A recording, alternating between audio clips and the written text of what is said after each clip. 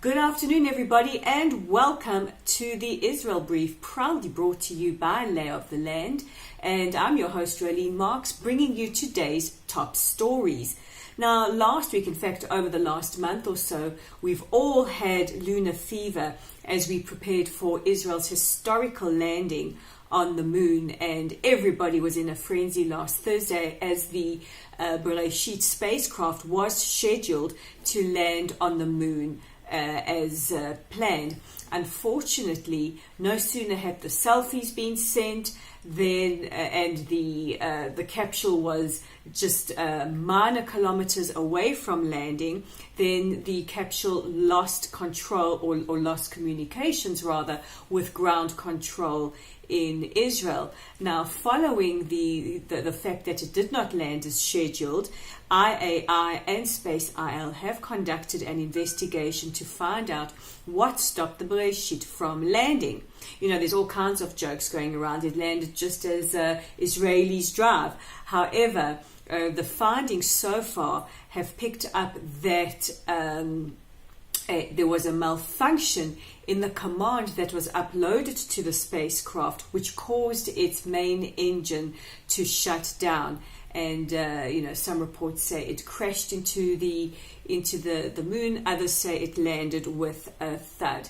Needless to say, we are the startup nations. We Israelis celebrate what some might call failure, what we call a huge success.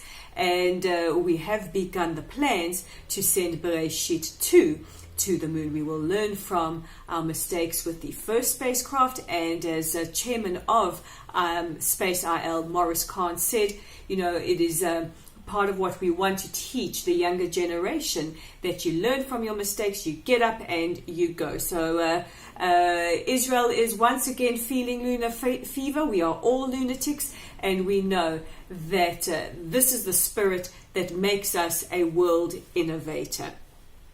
In more local news, this time coming back down to earth, the new Palestinian Prime Minister, Mohammed Shtayyeh, has accused the Americans of launching financial war on the Palestinians. Now, we've spoken over the last couple of days that while we wait for the Trump peace plan to be revealed, what has been leaked to the press is that instead of pursuing statehood in this long-awaited deal, Trump will put forward a proposal for economic incentives instead.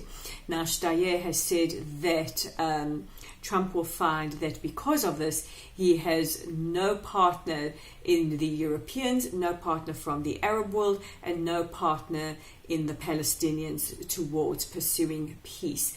But these are early days yet. We don't have final details, and hopefully we will know more soon, and we can see the resumption of negotiations between the two parties. Now, it's fast approaching summer in Israel. Well, rumors have it that summer's approaching. The weather outside is not so great, so we don't believe it for a second. But what is coming very, very soon is the fact that Israel is hosting Eurovision. Who can forget that we won Eurovision last year with the fantastic Neza Barzilai anthem Toy, and as a result of our win, we now get to host this year's Eurovision competition. However, our neighbors to the south, Hamas, have said that it shouldn't be that while we celebrate and dance and sing, 100 or rather 1 million Palestinians in Gaza suffer. I think Hamas have failed to recognize their role in ensuring that Gazans in the Gaza Strip suffer, and we have heard from Gazans over the last couple of weeks that they're not so keen on the leadership of Hamas, and they have started protesting. Nevertheless, Hamas have warned that they will fire missiles on Tel Aviv to disrupt the Eurovision contest. The contest is expected to draw not just the participants, but thousands from around the world who want to come and see exactly why we call Tel Aviv the party city. Now, a major event in Israel wouldn't be a major event in Israel without Roger Waters whining and complaining. This time, his intended target is Madonna. Roger Waters, ex of Pink Floyd, I mean, not even his band members talk to him anymore, has sent letters to Madge saying to her, if you support human rights, you will boycott Eurovision. Now, we could like to think of Roger Waters as arch anti-Semite. In fact, he even made the list of top 10 anti-Semites. But we also know Madonna, and Madonna is a lady who has been here before. She knows Israel, she knows the situation on the ground, and no whiny has been like Roger Waters is going to dissuade her from performing. Also performing this summer is J-Lo. J-Lo turns 50 now. I also can't believe it. She looks so good. And she's taking her It's My Party tour around the world. And she will be playing in Israel on the 1st of August. And we in Israel cannot wait to show J-Lo, Jennifer Lopez, a huge, big welcome. So that's it from the Israel Brief today. Don't forget, you can check out our awesome online content at www.layoftheland.online. And if you would like to write for Lay of the Land, you can contact us via the website www.layoftheland.online.